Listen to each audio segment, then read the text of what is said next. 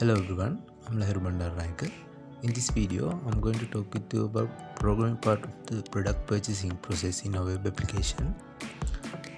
So we can go to the single product view page to buy a product, and I can simply click this buy now button to purchase this product like this.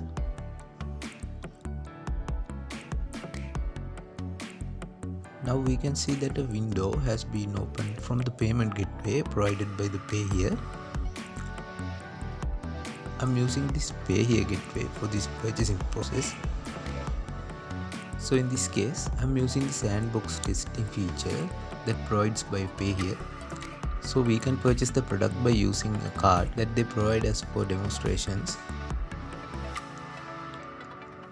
I'm going with the Visa card, and I can fill these fields with some random details.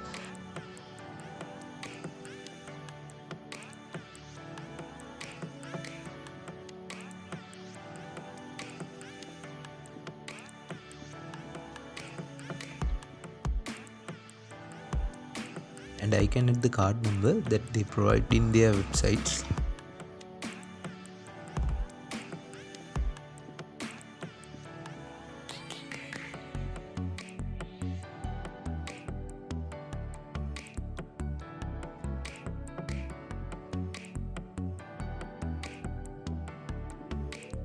After the purchasing part, we are going to invoice page like this. So now let's see the coding part of this process.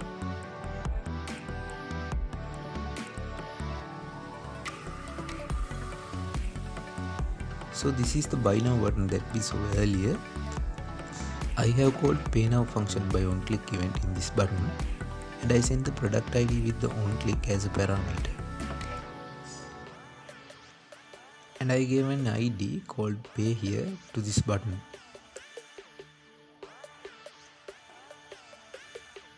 So this is the pay now function. In this function, I have grabbed the product ID, and I have grabbed the product quantity value by ID, and I have assigned it into this variable.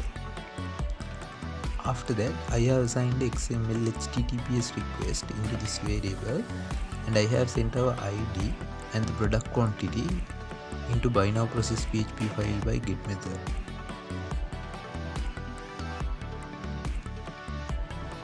So this is the buy now process PHP file. Firstly, I have started the session, and I have assigned the product ID, quantity and user email into these variables. And I have created a variable called array and a unique ID in here.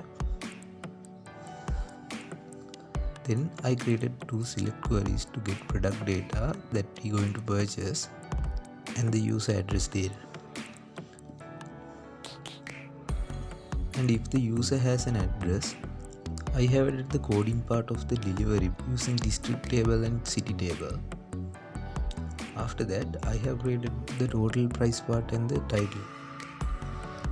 And I have assigned the user data into these variables. And I have used the associative array.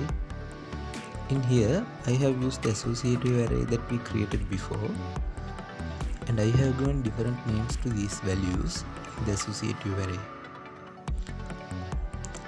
After that, I have encoded the associative array that we created by using JSON code, and I have given number 2 to echo if user haven't an address, and I have given number 1 to echo if the user not logged in.